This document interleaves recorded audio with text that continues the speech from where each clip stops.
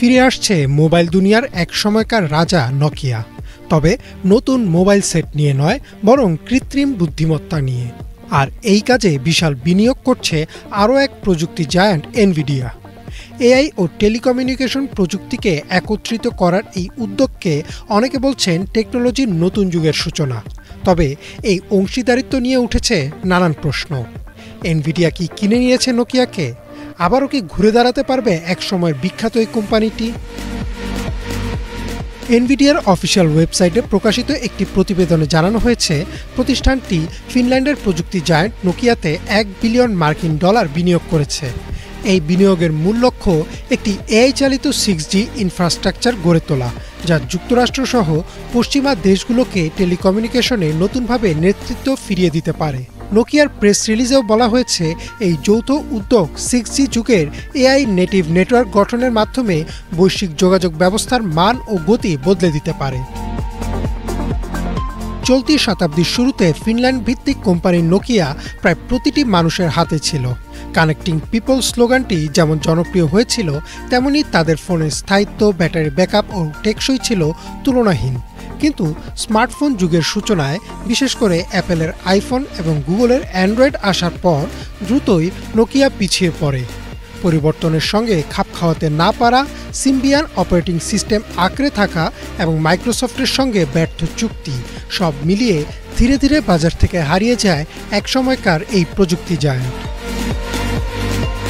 অন্যদিকে এনভিডিয়ার গল্প একেবারেই উল্টো। 1993 সালে প্রতিষ্ঠিত এই কোম্পানিটি শুরুতে গ্রাফিক্স কার্ড নির্মাতা হিসেবেই পরিচিত ছিল, কিন্তু এআই যুগে এসে এনভিডিয়া হয়ে উঠেছে বিশ্বের সবচেয়ে গুরুত্বপূর্ণ সেমিকন্ডাক্টর কোম্পানি। তাদের জিপিইউ প্রযুক্তি এখন চ্যাটজিপিটি থেকে শুরু করে অটোমেটিক গাড়ি পর্যন্ত সব ক্ষেত্রেই অপরিহার্য হয়ে উঠেছে। 2025 সালের মাঝামাঝি সময়ে এনভিডিয়ার বাজার মূল্য $5 ট্রিলিয়ন ছুঁয়েছে, যা প্রায় অ্যাপেল ও মাইক্রোসফটের সমপর্যায়ে।